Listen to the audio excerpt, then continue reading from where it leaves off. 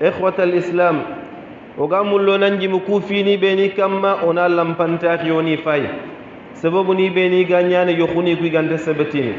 la'alla haqilante suga ya manganyan takhsana nga fayindi ni ku sababu niya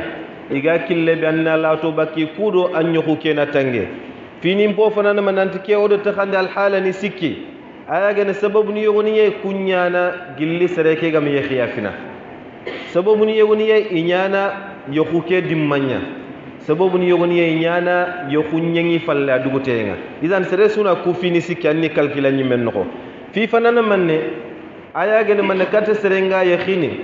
aganani sugandi mo kompo serenga ngama de bari anna tunantun yoku nga kenga nyana sababu be aga bononin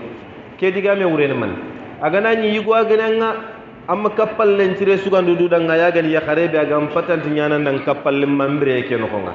andanya ko nyata khata ande sere ngututa ke serebe la tasluhu lak hadhihi almar'ati allati la tasluhu lak ke ya kharebe angatu nande ke fitandanga yakkeya ando kente ban dagata andante ban dinaya andante ban jikuniya ambogu bogo rakhsireya ya allah hangana kenye khiba yalla kenyu khway dallana ba kenyo kuntu dallana bada kadhalika ganani ya garin qaganan ke digame kunda tangan kat awliya ni nyaagel walini bawni ya garin men tudu yakhindini wali ke be ga jimma kam mayana khibarun tarana an qaganani serega nari kattan bawn farale salatu wassalam ar ko dati idha ataakum man tardawna dinahu wa khuluquhu fazawwijuhu illa taf'alu takun fitnatun wa fasadun arid atiben nari katta khay kaga dungenta adinanga خارجا دنيا تاتجي جكونينا خار خلني خارون يخنديا أولا فابني خار كيا كروس خار كيا كروس يجونا كم خا كروس نندنا بورينيان ما كاتي درجام بوران تيا أنا كي دينغرا كين دفوسرون كين لاند ملنا لمكيا باونا غنا يخي كوتا سوتومبا كين ناري لمكيا ساجنا كان يانتو تقولنا يجو يقولي كات حسن غاكم ولا nanti lanya khare inke ma khade yugo ngumurunna kin ko atazawwijha man yattaqillah atanna yakhini yugo be aga kan Allah sella gananya aga mulusu awre nurun ala nur adallem min qanu Allah kan ne ke fini kenga khair ke khair yani kenga bawana ikan Allah ga ke khare torna ay mul khadu sa khata ganani kharagan tallem mem mulla anto torna ikan Allah nanti gana tor khumna Allah subhanahu wa ta'ala telitrinda ya Allah yali yugu kuy keroni memba nanti ke ya khare be gin kompenga khalifa nyani farelu ko nanti ko tumbar ya kharu nyay go kittunga on kan Allah yi khibarenga wallahi alladhi la ilaha illa hu sere suga na nyay khalifa fo kinanga bawna ke ya kan ko khalifa fo nyamere fo nyani amma siga haqqe be Allah ga dan nyamere amma sigi mo khobe ngam patan sigi sharia ga dan nyamere anna tunanti yawmal qiyamah wallahi alladhi la ilaha illa hu Allah nan tirini ona kero yimmo ngasiringa seren martinna fonde ber gallinginda angana de ber wallahi allah khan funya de ber na gallinga dona ketu idan fi fanan man nanti sugande mo kom posiranna de ber anyaayi go anyaaya khare kudo yoku kena kat kisine fi ma ba'd fotana khaye fillan do gel ko nanti yakhi kota kayri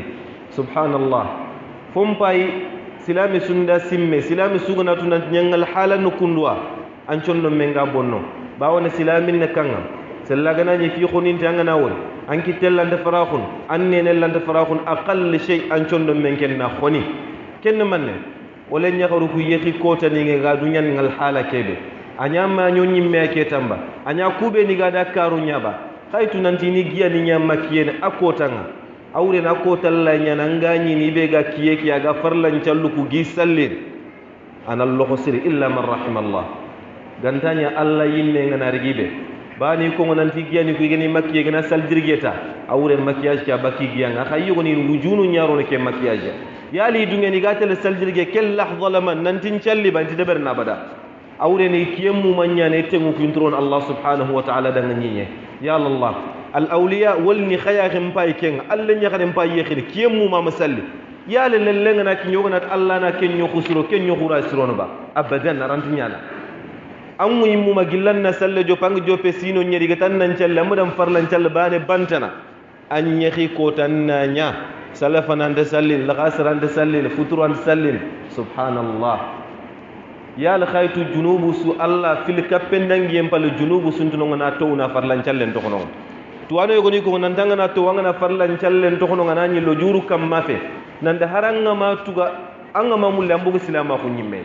to unde kam mananyi lo juru fe kon kafira hungollo ne kenya de berno yehi kotaninga ya Allah kunyo kuni askira kisini ba iranta bada fofonto kam mo yimmeni problème nyano kam shu'umul ma'siya ayagen kutande anone nyangir do battenga oga Allah kutana mo gobe ken kota kenya none nangir do battenga aka kenga na girdo wallahi tallahi o yokhnu kirande kisini bonno ono kilnun to ke sringa aka yakannu ki kiranga kota ngite ngontroni nyinyenga yalla sringa na ke mu gam mutuntu kutini ba akunun tenyan mukhif jiddan ru'b aka sarano ku khaya khenke nganti bana kamma de yawmal qiyamah lan an khashilla ga khatrinin waqifuhum innahum mas'ulun fini tanniye ganyana fi sikkan do galle gerina ya ayagen ba'da az-zawaj yukhum palle fi dan tanto ye khallumo fil sugay khan khakilun dokkinga nandu kun yokhuni nya bonon ay gel fi fana nga tadakhulul ahl yokhu mushkilan danya ayageni ya khallumo ku fil sorongi gi fin kappi fin nokon gebe bono o sara no nyandi bononi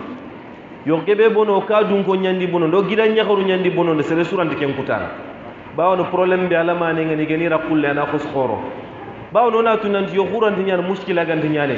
bawono yimu filiano entu bana kenyani yiko mantiq nanti idan tafa kullu fariqin intafat al-ithnayniyya nanta ganya soroku filli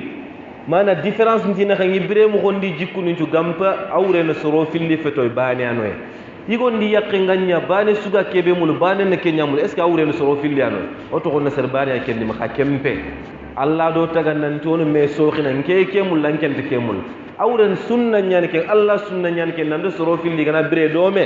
ina me sokhina لكن مشكلة بد في المشكلة لكن المشكلة كيف نحل المشكلة مشكلة بدنا المشكلة نلو يخلم ممبلنا خاغنا رون دانغين كم مخو